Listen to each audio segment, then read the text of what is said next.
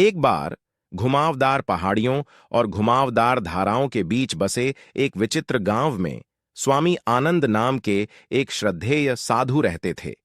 उनकी लंबी लहराती दाढ़ी और शांत चेहरे ने उन्हें ग्रामीणों के बीच एक प्रिय व्यक्ति बना दिया। स्वामी आनंद ने आध्यात्मिक ज्ञान प्राप्त करने के लिए गांव के बाहरी इलाके में एक छोटे से आश्रम में ध्यान करते हुए अपने दिन बिताए। एक दिन जैसे ही सूरज ने गांव को गर्म चमक से नहलाया, खबर फैल गई कि इस क्षेत्र में विनाशकारी सूखा पड़ा है।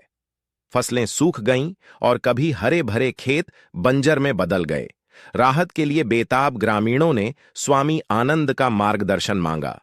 उनका मानना था कि उनके आध्यात्मिक संबंध से मुक्ति मिल सकती है। अपने लोगों की दुर्दशा से प्रभावित होकर स्वामी आनंद ने पहाड़ों की यात्रा पर निकलने का फैसला किया। उनका मानना था कि पर्वतमाला के मध्य में छिपा एक पवित्र झरना गांव में समृद्धि बहाल करने की कुंजी है। जब भगवा वस्त्र पहने साधु अपनी तीर्थ यात्रा पर निकल रहे थे, तो ग्रामीण आश्चर्यचकित होकर उन्हें देख रहे थे। पहाड़ों के बीच का रास्ता जोखिम भरा था। खड़ी चट्टानें और घने जंगल साधु के संकल्प की परीक्षा ले रहे थे। निडर होकर स्वामी आनंद अपने अटूट विश्वास पर भरोसा करते हुए आगे बढ़ते रहे। रास्ते में उन्हें जंगली जानवरों से लेकर अप्रत्याशित मौसम तक विभिन्न चुनौतियों का सामना करना पड़ा, लेकिन प्रत्येक बाधा ने उनके दृढ़ संकल्प को मजबूत किया। कई दिनों की कठिन यात्रा के बाद स्वामी आनंद पवित्र झरने पर पहुंचे। किंवदंती थी कि इसके पानी में चमत्कारी उपचार गुण थे। आशा से भरे हृदय के साथ साधु ने एक छोटे बर्तन में क्रिस्टल स्पष्ट तरल भरा और नीचे उतरना शुरू किया। वापसी की यात्रा उतनी ही कठिन थी, लेकिन स्वामी आनंद की भावना अटूट रही। उन्होंने गांव के कायाकल्प और उसके निवासियों के चेहरों पर लौटने वाली खुशी की कल्पना की। उसके कदम यद्यपि थके हुए थे, उद्देश्यपूर्ण थे।